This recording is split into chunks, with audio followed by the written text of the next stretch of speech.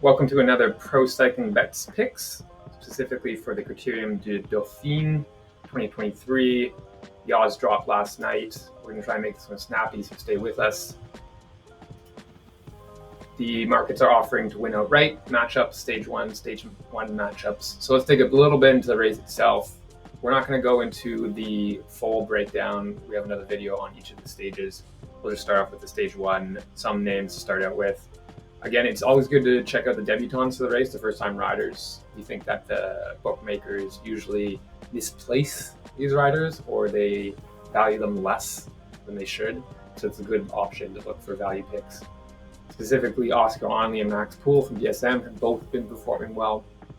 We took Oscar Onley because there should be two horses for a team at DSM, and we think Max Poole's at 41 right now, but Oscar Onley's at 401, which is a vastly different. And while Poole is probably better than Onley, it's still the difference in odds for us made sense for us to take Onley. We also took Ciccone, who we think is a dark horse for the race. He had some pretty solid odds. I think we took him at 101. He's now at 81, which is pretty good. But again, there's so many riders you could potentially choose from here. It's an embarrassment of riches, honestly. So whoever you take is probably a good pick. Just remember that there is a time trial in this with a hill. So the rider should be good at that. And obviously it's backloaded super, super heavy. So we'll go through this a little bit quickly. So you got stage one, which is like a Ben Healy-esque stage. And so when we went for that, we were looking for a rider who was kind of like a Ben Healy-esque rider, which we'll get into a bit because Ben Healy's not coming. And so, stage two, it starts to build, but again, not much GC action in the first three stages. There should be some time differences on the ITT, which has a hill, so think about riders who are good there. And then things start to build, stage five, get some hills coming in. Stage six, finally, you have 7.7 at 6%, and then a final hill climb finish. Here we go. And then stage seven, we have massive stage, which is like 25 kilometers, 6.1%, 19 kilometers, 6%, and then a final of 13 kilometers, 6.1%. A big stage at the end of the day, and it's why riders such as like Nietes, or however you pronounce it, he performed super well at the Giro de Sicilia early in the year. He pumped up 20 places because he just rides his own race and honestly performs super well when you have a back-loaded heavy stage race. And finally, stage 8 is also super heavy that way as well. So just remember, pick riders, and don't worry if the rider's not doing well in the first few days. They'll probably come through. So other than Onley and Ciccone, we took the lowest odds. We wanted above 15, but we did accept Gaudu, who has been performing super consistently throughout the early spring season. And, we could have chose anyone, to be honest, but we chose Gaudu. We think he's going to be performing well and at least as good as Yates or Martinez or Ben O'Connor.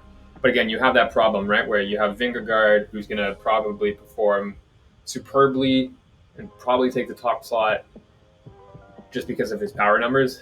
And then you have second slot, which will probably, it's going to be tough to beat Yates, Martinez, Ben O'Connor. So for the each way bets, you're looking at and then all these other riders, it could be anyone. It could be really anyone.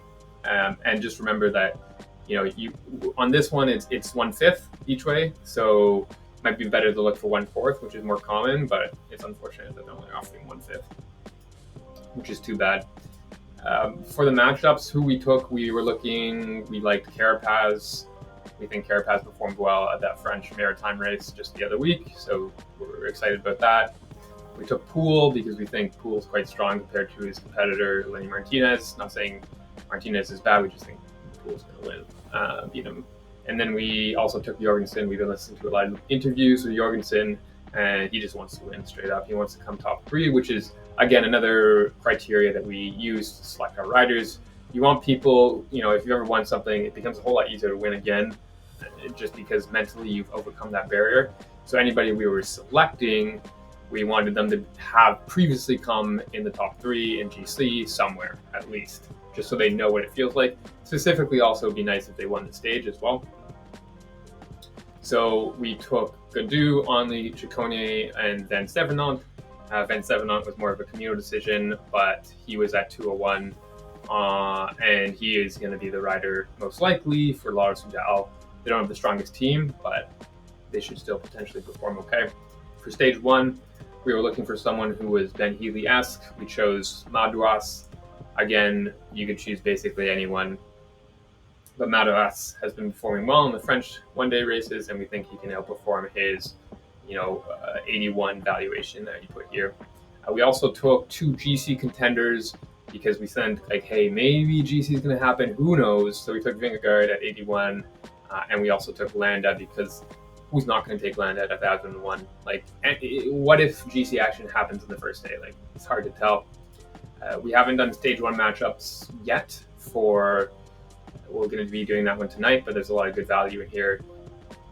Probably, it's hard to tell, but again, the bookmakers don't know everyone's form. We don't know everyone's form going in too, so we don't necessarily like to make matchups for stage 1, but we've also had super strong success given that as well. At the end of the day, though, it's going to be a fun race. The caliber of riders coming is insane, and we're really looking forward to it. So good luck with your bets. Hopefully go well. Overall, just remember to like, subscribe, share, comment. We're happy to discuss who you pick, who you think is going to win, all that jazz in the comments below.